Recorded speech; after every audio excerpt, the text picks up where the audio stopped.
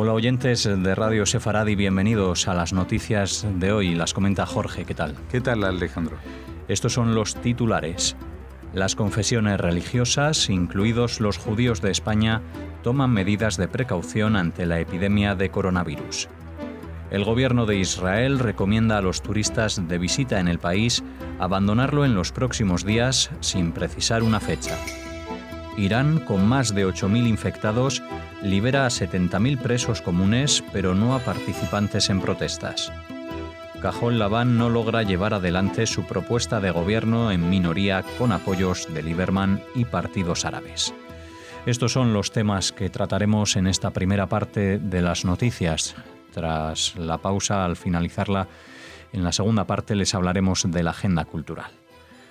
Las confesiones religiosas en España han tomado algunas medidas para evitar contagios ante la expansión del coronavirus COVID-19 en España, como la búsqueda de alternativas a la catequesis presencial en el caso de la Iglesia Católica de Madrid, el cierre de las escuelas de Corán y de lengua árabe en la Mezquita Central de Madrid, la recomendación de suspender el culto dominical en el caso de los evangélicos o la cancelación de actividades, como ha ocurrido en muchas comunidades judías que han mostrado su preocupación y que están en constante comunicación con otras comunidades y colegios. Según precisa la Federación de Comunidades Judías de España, muchas de estas han reducido o cancelado actividades, a veces incluso las religiosas, y puntualiza que cada comunidad es autónoma a la hora de tomar sus decisiones. Además, señalan que su atención se centra en los colectivos de riesgo como las personas mayores, siguiendo las instrucciones de las autoridades sanitarias. Asimismo, el Centro Sefarad Israel ha decidido cancelar sus actividades públicas desde este miércoles 11 de marzo hasta el próximo 26 de marzo y ha puesto en marcha un plan digital por el que compartirá la mayor parte del contenido de las actividades canceladas a través de su canal de podcast y de su canal de YouTube. Sí, ciertamente están cambiando y cambiarán muchas cosas en la forma de trabajar, de actuar y de hacer, especialmente en la comunidad autónoma de Madrid. Y eso nos incluye también a nosotros, a Radio Sefarad. Nosotros, por una parte, seguiremos atendiendo y poniendo los programas tal como lo hacemos regularmente. Lo que sí puede ser que no tenés una leve bajada en la calidad del sonido porque intentaremos seguir atendiendo a todas nuestras entrevistas y comentarios de noticias, etcétera, pero lo haremos por medios tecnológicos sin presencia real, a través de comunicaciones que nosotros ya hemos experimentado en el pasado por WhatsApp, por teléfono, por Skype, que, como digo, pueden menoscabar en cierta medida, pero no mucha, la calidad del sonido, pero nos parece importante seguir atendiendo a las necesidades del público de habla hispana respecto al judaísmo. Algunos de ellos, o la mayoría de ellos, ubicados evidentemente fuera de esta provincia de Madrid, y que intentaremos seguir sirviendo con la misma calidad que hasta ahora. El gobierno de Israel ha instado a los turistas a abandonar el país en los próximos días sin detallar una fecha exacta en el marco de las medidas para contener la expansión del coronavirus y que ya han supuesto órdenes de aislamiento para todos los que ingresen en el país. El Ejecutivo ha exhortado también a todos los visitantes que muestren síntomas de una posible infección a contactar con los servicios de emergencia. Las autoridades han elevado a 77 el número de casos de nuevo coronavirus confirmados en Israel, aunque sin ninguna muerte de momento. Entre los afectados hay personas llegadas desde España. Bueno, este número de 77 pues corresponde a una determinada hora de la tarde de hoy, miércoles, pero evidentemente estos números van variando de hora en hora. Esperemos que no se incrementen en demasiado. Ya saben que Israel ha puesto coto o digamos en aislamiento o en cuarentena domiciliaria a decenas de miles de personas, a prácticamente todos aquellos que han regresado de cualquier país del extranjero en las últimas 2 semanas y por lo tanto pues ya han calculado y tomado en cuenta de que esto va a impactar de forma muy considerada en su economía. En principio van a tener que renunciar al menos durante las próximas semanas a todo lo que supone el turismo, porque no solamente que no están dejando entrar, a menos que sea un turista que viene, por ejemplo, a alojarse con su familia en algún domicilio preavisado de tal visita, o sigo diciendo que incluso más allá están invitando de alguna manera a los turistas que todavía están paseando por Israel a que en poco tiempo abandonen el país, porque las medidas para que sean efectivas pues tienen que ser muy rigurosas. Y así se están cumpliendo, y aunque de momento evidentemente, hasta que eso se traduce en un cambio de las tendencias de nuevos afectados, llevará un tiempo. El modelo que se está tratando de seguir es el que, como todo el mundo sabe, ha impuesto China en algunas zonas como la de Wuhan desde finales de enero, y que ahora, recién, digamos, un mes o un mes y medio después, es cuando se empieza a notar el efecto que tienen estas medidas de contención y de limitación de la libertad de movimientos, etcétera. Pero bueno, se ha visto que esa es una medida que sí es efectiva. Ya la hemos visto puesta en marcha también en Italia hace un par de días y en España hace muy poco. En realidad no en toda España, y esto es lo que a mí personalmente todavía me preocupa, porque si bien la Comunidad de Madrid, cuando hablo de comunidad es como si fuera la provincia de Madrid, ha tomado la decisión de cerrar todos los centros educativos para evitar la propagación, por lo menos entre determinada población, pues el resto del país, excepto la ciudad de Vitoria, en el País Vasco, no ha puesto en marcha estos protocolos, y a nivel nacional la última comunicación es que solamente se iba a cerrar los vuelos directos entre España e Italia. Lo que pasa es que también no queda claro, o a mí me queda claro que no, o sea que los italianos sí pueden seguir entrando, si por ejemplo hacen un vuelo vía París. Entonces la medida realmente es muy poco eficaz en ese sentido. Y a diferencia de Italia, España tiene algún sitio como Madrid, donde se concentra una gran cantidad de casos, pero en realidad hoy en día están repartidos de forma prácticamente muy similar en toda la extensión geográfica, variando, por supuesto, en función de la demografía, ¿no? Aquellos lugares con mayor población, con mayor concentración de empresas y de servicios, pues también son donde se suelen concentrar la mayoría de los casos de contagio. Así que me imagino que, a pesar de las dolorosas que son para la economía y para la vida estas medidas, pues todavía tendremos que ver implementadas algunas, porque, entre otras cosas, por ejemplo, si hoy cualquiera que visita Madrid entra en un supermercado, igual tiene un flashback y piensa que está en Venezuela, porque hay algunas estanterías que están totalmente vacías en alimentos frescos, en leche y en papel higiénico, ¿no? Que son cosas que realmente llaman la atención. La decisión del gobierno iraní de liberar a 70.000 prisioneros para evitar la propagación del coronavirus en las cárceles excluye a quienes fueron arrestados por participar en las protestas del pasado noviembre y han sido acusados de delitos que no entran en la medida de emergencia y que implican penas graves, incluida su ejecución. Oficialmente, los contagiados en el país son 8.042 y de ellos han muerto 291. Se estima que durante las manifestaciones de hace 4 meses, que se desataron por un aumento drástico del precio de la gasolina, más de 300 personas murieron y unas 7.000 fueron detenidas, pero se desconoce cuántas siguen desde entonces tras las rejas, cuántas fueron liberadas y vueltas a detener, o cuántas están libres, pero con restricciones de movimiento. Por su parte, Estados Unidos ha instado a Irán a liberar de inmediato a los estadounidenses detenidos injustamente en el país a causa de los casos de coronavirus registrados en su territorio, aludiendo a razones humanitarias. Bueno, realmente recuerdo que cuando empezó esta crisis, digamos, sanitaria, la gente les llamaba mucho la atención las medidas que implementaba el gobierno chino, y justamente comentaba que solamente un gobierno totalitario, comunista, podía haber tomado decisiones como la de cercar ciudades enteras y hasta 60 millones de personas en sus hogares. El tema es que hay otros gobiernos que también son totalitaristas, pero son mucho más peligrosos.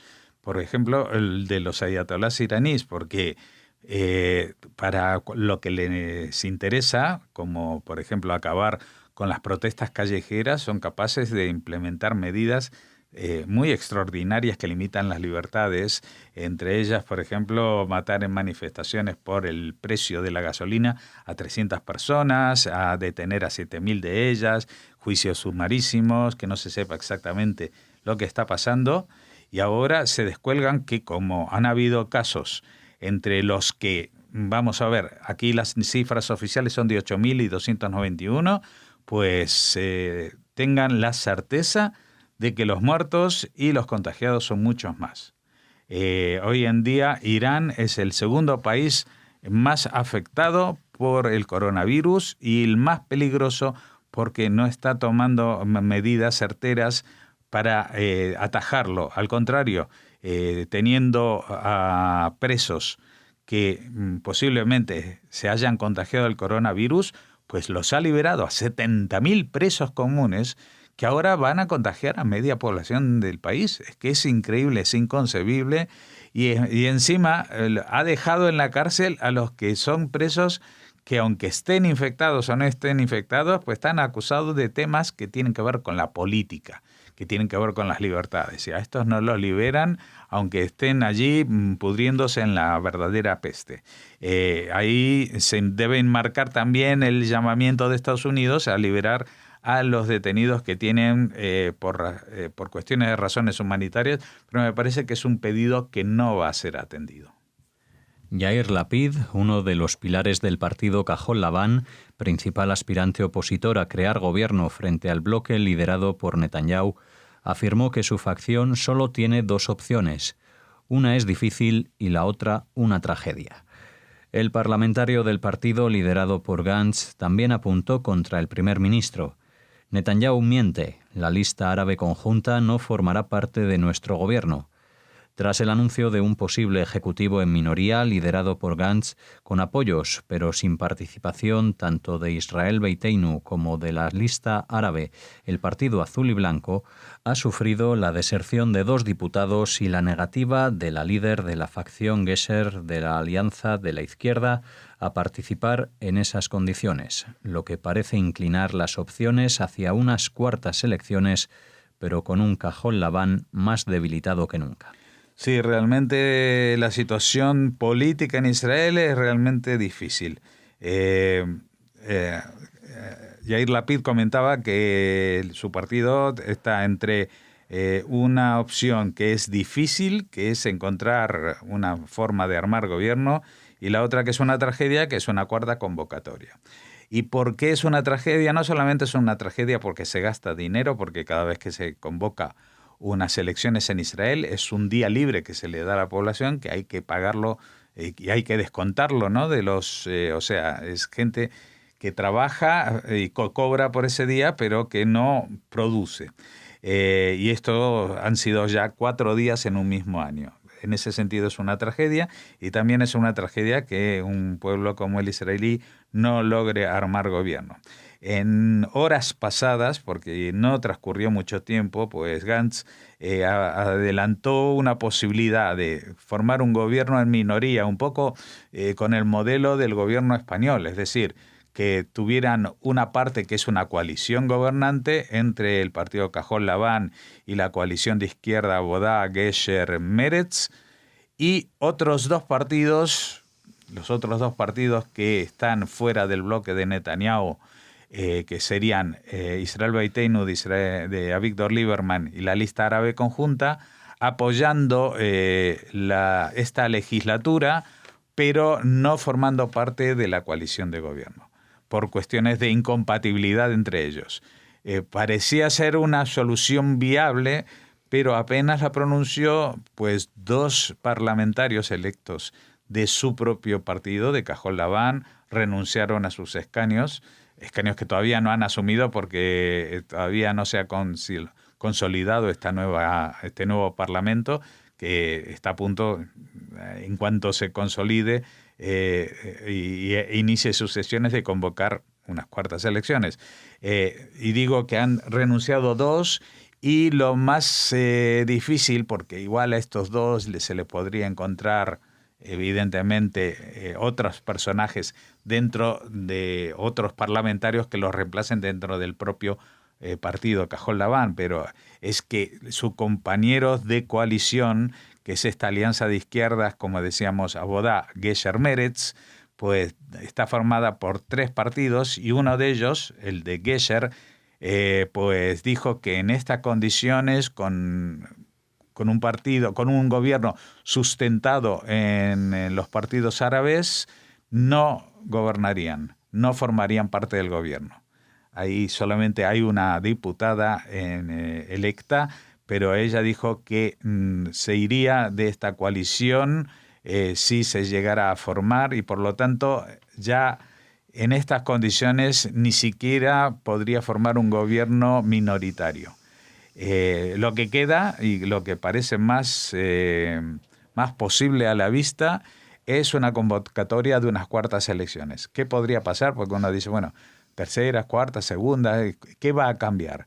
Pues sí que hay un desgaste. Hay un desgaste especialmente en el lado de Cajol Laván. No solamente que esta vez han obtenido menos escaños que el partido de Netanyahu, y por supuesto que el bloque, sino que también pues está desmoronando la confianza en encontrar un líder que agrupe a toda la alternativa a Netanyahu.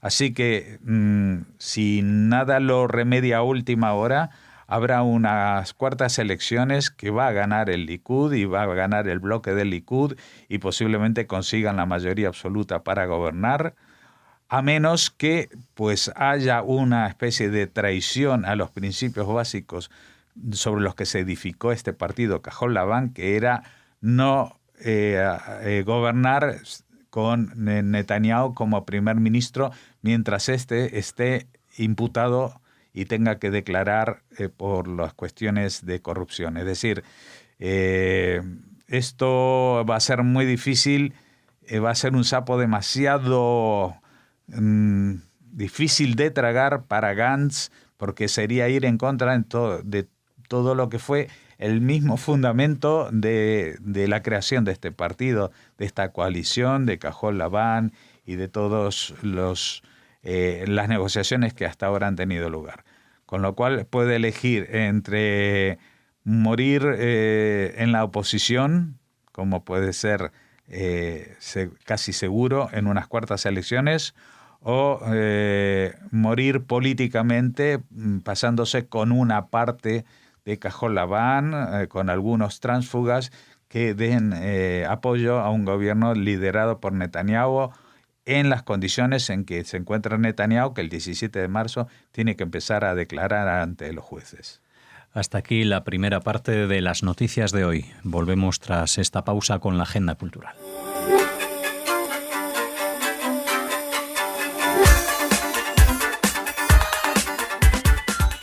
Comenzamos ahora la agenda cultural. Hola, Raquel. Hola, Alex. Hola a todos. Bueno, vamos a cerrar estas noticias antes de separarnos por esas medidas que vamos a tomar. Separarnos físicamente, pero no de alma, ni de teléfono. Seguiremos estando en contacto para realizar estas noticias. Sí.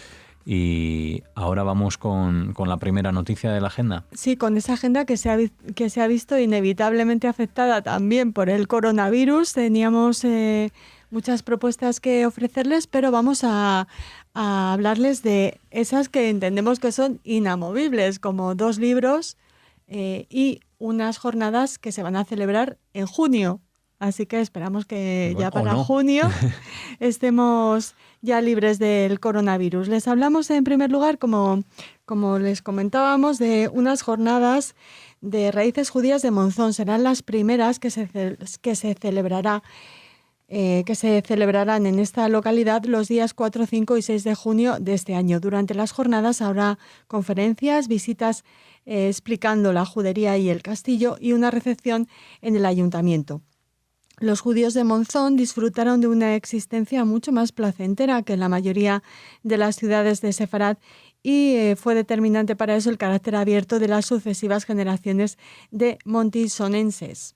La comunidad judía de Monzón consiguió salvarse de las masacres protagonizadas por los pastores, los pastorelli, en 1320. Superó las agitaciones de la peste negra en 1348. Salió indemne de las persecuciones de 1391 y resistió pasado el adoctrinamiento de Tortosa para entrar en un periodo de prosperidad que solo terminó con el decreto de expulsión de 1492. En ese año habitaban la judería de Monzón alrededor de 650 personas, que representaban más del 20% de la población de la ciudad. Apellidos como Almosenino, Atad, Barcela, Baró, Beses, Cabrero, Cohen, Camparat, Escolá, Falcón, Francés y muchísimos otros eran los apellidos que utilizaban los judíos de Monzón. Seguiremos hablando de estas jornadas, intentaremos hablar cuando sea posible con los responsables de la organización y desde aquí les felicitamos por esta iniciativa. Bueno, pues con esa noticia iniciábamos esta agenda de hoy. Continuamos con otros asuntos. Sí, con una nueva edición, una reimpresión de uno de los ensayos más importantes de Beatriz Martínez de Murguía, Descifrando cenizas, persecución e indiferencia, que nos presenta Sefarad Editores. Este no es un libro de historia que relate la persecución de los judíos por el régimen nazi o la represión insaciable del terror comunista. Tampoco explica las causas del asesinato planificado de millones de personas, ni es la crónica del horror de los campos de exterminio de Auschwitz, Treblinka u tantos otros. Es en cambio una conjetura sobre los testigos que, con los brazos cruzados o encogiéndose de hombros, no hicieron nada por evitar la atrocidad. Beatriz Martínez de Murguía nació en San Sebastián en 1962. Es autora de los libros La vida oscura, El gueto de Varsovia y La historia del Hotel Polski, Varsovia en 1943, también publicados por Sefarad Editores.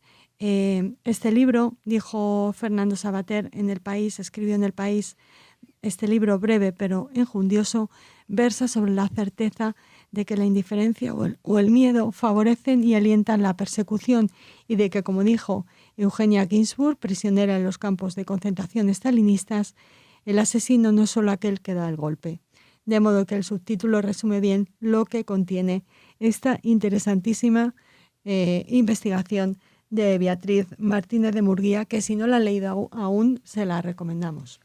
Pues esta recomendación nos acerca hasta la última noticia de la agenda de Radio Sefarad, sí, que también no sé si trae un libro. Un libro, claro. Es una propuesta cultural que no se va a suspender en la lectura por el coronavirus. Hay que fomentarla, ¿no? Exacto. Hay que fomentarla y Exacto. Ahora hay más tiempo para ello. Bueno, al menos para los más pequeños. No sé si alguno puede optar a ella. Bueno, pequeños y no pequeños, porque también los universitarios no tienen clase. O sea, desde luego, que haya clases seguro telemáticas, que tienen más planes además de la lectura, pero esperemos que algún momento lo dediquen a leer, entre otras cosas, esta maravilla que nos presenta Acantilado. Lo hemos dejado para el final, no porque las anteriores no sean buenas noticias, pero esta es maravillosa para los que nos encanta la escritura de los hermanos Singer, de los tres. En este caso es un libro que firma Israel Yehoshua Singer, el mayor de los hermanos. Se titula De un mundo que ya no está. El título ya es hermosísimo. Además está traducido por Roda Enelde y Jacob Abecasis. O sea que tiene todas las garantías para maravillarnos una vez más. es una evocación de la infancia del propio autor en el Sztetel de Lęczyk, cerca de Varsovia, de un mundo que ya no está. Narra las peripecias de Singer en una comunidad fuertemente marcada por la doctrina y las ceremonias religiosas. Ya saben que su padre era rabino, y poblada por fascinantes personajes a los que el genial autor dota de vida en este emotivo ejercicio de memoria. Escrito por uno de los grandes maestros de la literatura yidis, este libro constituye un testimonio de inmenso valor histórico, además de un auténtico requiem por las comunidades judías de la Polonia de principios del siglo XX. Bueno, pues... Hay que esperar al 25 de marzo para que esté en las librerías, pero vayan frotándose las manos literarias ante este de un mundo que ya no está. Y vayan limpiándoselas también, que hay que mantener las condiciones de higiene necesarias para evitar contagios. Bueno, eso es lo que nos dicen desde las autoridades sanitarias. Nosotros les decimos que les esperamos mañana aquí en las noticias de Radio Sefarad. Hasta entonces.